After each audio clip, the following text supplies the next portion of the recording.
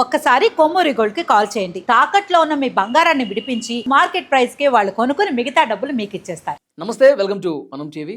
ఈరోజు మనం తెలుగుదేశం పార్టీ జాతీయ నాయకులు, ఆ పార్టీ ఫైర్ బ్రాండ్ ఆర్యురెడ్డి గారు ఉన్నారు. మాట్లాడుతున్న సార్తో. ఆర్యురెడ్డి గారు నమస్తే సార్. ఆర్యురెడ్డి గారు, కల్తీ నెయ్యి వ్యవహారం మళ్ళీ ఒక కుదుపుతోంది.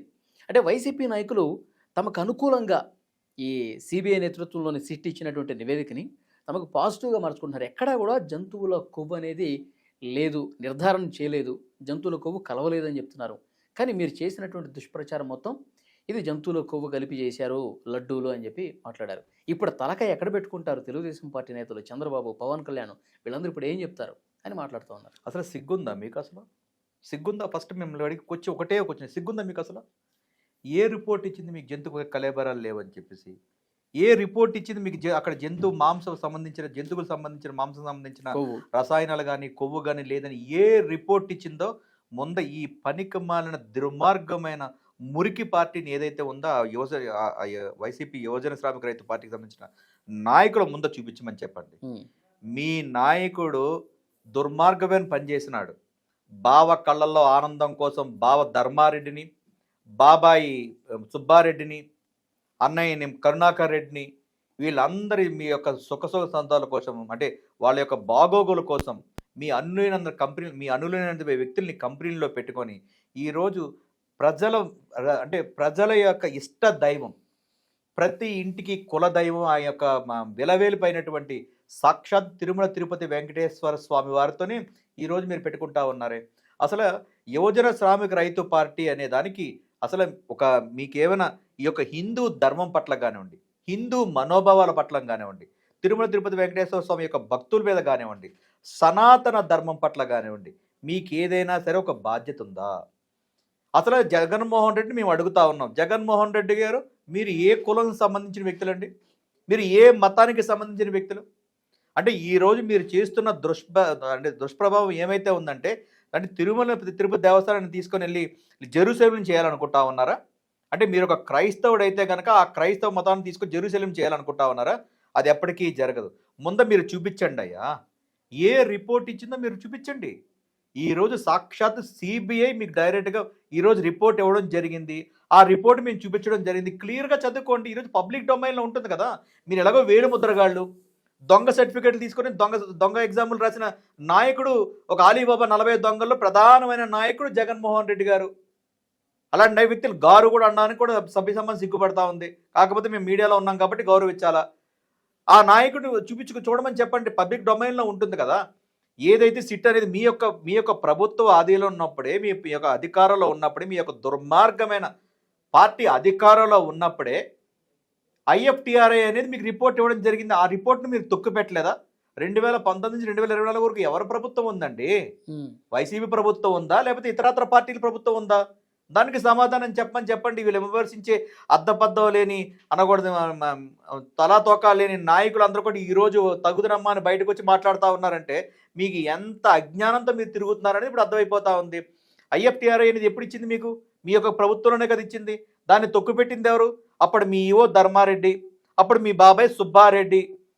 పూర్తిగా అన్ని విధాలుగా మీకు సిట్ కార్యక్రమంలో సిబిఐ దర్యాప్తులో సాక్షాత్ న్యాయస్థానం వారి ఆధీనంలో ఈరోజు దర్యాప్తు జరిగి ఆ రిపోర్ట్లన్నీ తీసి వాళ్ళందరినీ అరెస్ట్ చేసి మీకు వచ్చిన డబ్బులు కూడా క్లియర్గా కూడా దాంట్లో అకౌంట్లో చూపించడం కూడా జరిగింది కదా. ఐఎఫ్టిఆర్లో క్లియర్గా చెప్పడం జరిగింది. అది మైసూరుకు సంబంధించిన సంస్థ. దాంట్లో మీరే పంపించుకున్నారు. ఏమి ఇచ్చారు దాంట్లో? ఖచ్చితంగా దీంట్లో జంతువుకు సంబంధించిన కొవ్వు అయితే ఉంది. ఖచ్చితంగా చుక్క పాలు లేకుండా కూడా మీరు నెయ్యి తయారు చేసినారు. ఇది చాలా ప్రమాదకరం అని చెప్పి ఐఎఫ్టిఆర్ ఇచ్చింది. దానికి వచ్చిన తర్వాత మళ్ళీ ప్రజాకూటమి ప్రభుత్వం వచ్చిన తర్వాత దాన్ని ఎన్డీడీబీకి పంపించడం జరిగింది.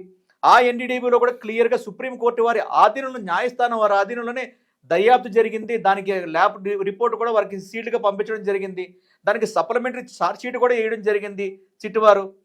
ఆ ఛార్జ్షీట్ కూడా క్లియర్గా పబ్లిక్ డొమైన్లో ఉంటుంది కదా. తలాతోకలేని దుర్మార్గులారా, చూడండి ఒకసారి పోయి మీరు తెలుస్తుంది కదా మీకు. ఈరోజు మీరు తెలుగుదేశం పార్టీని మొహం ఎక్కడ పెట్టుకోవాలని చూస్తూ ఉంటారా? తెలుగుదేశం పార్టీని గట్టిగా పేరెత్తాలంటేనే మీకు వణుకుతూ ఉంటుంది. ఈరోజు మీరు మమ్మల్ని విమర్శిస్తూ ఉన్నారు.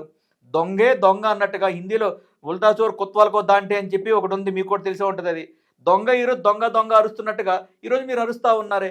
అంటే దైవాన్ని మీరు దైవ దూషణ చేసి, దైవాన్ని మీరు ఈరోజు కలుషితం చేసి ఈరోజు మీరు మాట్లాడుతూ ఉన్నారంటే, పబ్బం గడుపుకుంటా ఉన్నారంటే మిమ్మల్ని దైవం క్షమిస్తాదా? లేదా దేవుడు లాంటి ఈ ప్రజలు మిమ్మల్ని క్షమిస్తారా? దానికోసమే కదా 2024లో మీకు శిక్ష పడింది. అయినా కూడా ఆ శిక్ష పడినా కూడా మీరు పశ్చాత్తాప పడలేదు. ఈ రోజు కూడా మీరు చేసిన పని మీరు ఈ రోజు కూడా సమర్థించుకుంటా ఉన్నారే. మీరు ఎంత సమర్థించుకున్నా సరే ప్రజాస్వామ్యంలో ప్రజలు మిమ్మల్ని శిక్షించినారు. రేపు ఇప్పుడు మీరు చేసిన పాపాలు రేపు ఆ దేవదేవుడు కలియుగ ప్రత్యక్ష దైవం అంటే ఈరోజు తిరుమల తిరుపతి దేవస్థానం ఒక రాష్ట్రానికి సంబంధించింది కాదండి. ఇది ఎక్కడెక్కడి నుంచో ప్రపంచ దేశాల నుంచి కూడా వస్తూ ఉంటారు. నిన్న కాక మనం మీరు చూసుకుంటే గత నెలలో కూడా ఒక ఇండోనేషియన్ రాజ కుటుంబీ కూడా ఒక రారాజు కూడా ఒక ఆ యొక్క ప్రిన్సెస్ కూడా దేవదేవుడిని సందర్శించుకున్న సందర్భం అయితే ఉంది. అంటే అనేక వేల కోట్ల మంది ప్రజలు ఈరోజు దేవదేవుడిని ప్రపంచం నలుమూలలో కూడా పూజించుకునే సుప్రసిద్ధమైన దేవాలయం, అది కూడా మన ఆంధ్ర రాష్ట్రంలో ఉన్నందుకు మనం ఎంతో అదృష్టవంతులుగా ఉండాలి. ఆ స్వామి పాదాల దగ్గర మనం జీవిస్తున్నందుకు. అట్లాంటి యొక్క ప్రదేశాన్ని మీ యొక్క స్వార్థ రాజకీయాల కోసం, మీ మత ప్రచారాల కోసం దేవదేవుణ్ణి మీరు కలుషితం చేసి ఈరోజు హిందూ మనోభావాలను కానివ్వండి, హిందూ యొక్క భక్తులు కానివ్వండి, సనాతన ధర్మాన్ని ఎవరు చెప్తున్నారు సార్? హిందువుల మనోభావాల్ని పూర్తిగా మీ యొక్క పార్టీనే చంద్రబాబు నాయుడు, పవన్ కళ్యాణ్ అంట. మీ యొక్క పార్టీనే రివర్స్ పార్టీ. ఈ రోజు చంద్రబాబు నాయుడు గారు ఈ రాష్ట్ర ముఖ్యమంత్రి గారు, ఈ రోజు పవన్ కళ్యాణ్ అనే వ్యక్తి ఈ రాష్ట్రానికి ఉప ముఖ్యమంత్రి గారు. దీనికి అధికారం ఇచ్చింది కానివ్వండి, సిట్ అనే దాంట్లో దర్యాప్తు జరిగింది. దాన్ని చంద్రబాబు నాయుడు గారు వెళ్ళి దర్యాప్తు చేయలేదు, పవన్ కళ్యాణ్ గారు వెళ్ళి కూడా దర్యాప్తు చేయలేదు. ఈ మూర్ఖులు అనేది ముందు తెలుసుకోవాల్సిన అవసరం ఉంది. ఈ రోజు మీరైనా సరే ఎవరైనా నేలకు రాయాలంట. చంద్రబాబు నాయుడు, పవన్ కళ్యాణ్ తిరుమల వెళ్ళి మీ నాయకుడు రాసినాడు చెప్పాలంట. మీ నాయకుడికి ఆల్రెడీ రాసినారు. ప్రజలు 24లో ముక్కుకు నేలకు రాసినారు, నేలకేసి కొట్టినారు. ఇప్పుడు ఆ నేలకేసి కొట్టిన దానికి చిప్పు దొబ్బి ఈ రోజు ఏం మాట్లాడుతున్నాడో కూడా తెలియట్లేదు. ఒక ప్రెస్ మీట్ లోకి వస్తే కనుక ఒక జోకర్, ఒక బఫూన్ వచ్చాడని చెప్పి ఈ రాష్ట్ర ప్రజలు మాట్లాడుకుంటా ఉన్నారు. మీరా మమ్మల్ని ముక్కు రాయిపించేది? ఈ రాష్ట్ర ప్రజలు మీ యొక్క 151 మంది దండుపాల్యాన్ని నేలకు రాసి, ముక్కుకు రాసి, మొత్తం ముక్కు పండించి రాష్ట్రం వదిలేటట్టు చేసినారు. అయినా కూడా మీరు సిగ్గు లేకుండా మీరు బతుకుతా ఉన్నారు. చీని మీ జీవితాలు అని చెప్పి జనాలు అనుకుంటా ఉన్నారు. ఈరోజు మీరు మాట్లాడుతున్నారు. కాబట్టి ఇవన్నీ కూడా దేవదేవుడి విషయంలో కానీ, ఈ యొక్క హిందువుల మనోభావాలను కానీ ఎట్టి పరిస్థితుల్లోనూ వాళ్ళ యొక్క మనోభావాలు కానివ్వండి, సనాతన ధర్మాన్ని కానీ ఎవరైనా సరే తృణంగా మాట్లాడితే కనుక ప్రజాప్రభుత్వం, కూటమి ప్రభుత్వం సహించే ప్రసక్తి లేదు.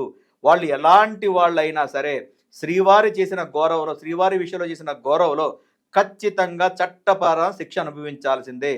దాని తగ్గట్టుగానే కల్తీనైలో ఎవరైతే ఉన్నారో సుబ్బారెడ్డి పిఏ కానివ్వండి, కరుణాకర్ రెడ్డి కానివ్వండి, రేపు సుబ్బారెడ్డి కానివ్వండి, ధర్మారెడ్డి కూడా కానివ్వండి.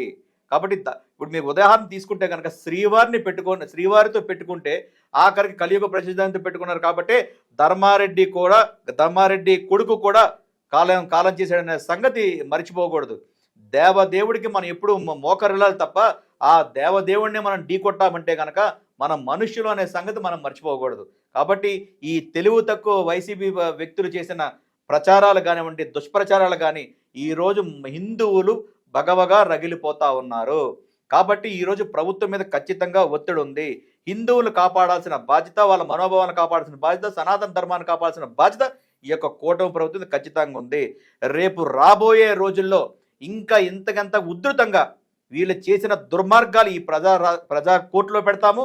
అట్లాగే వీళ్ళు చేసిన పాపాలన్నీ కూడా చట్టపరంగా తీసుకొని కఠినమైన శిక్షలు వేసే దిశగా కూటమి ప్రభుత్వం చేస్తుందని మీ ద్వారా తెలియజేస్తాను.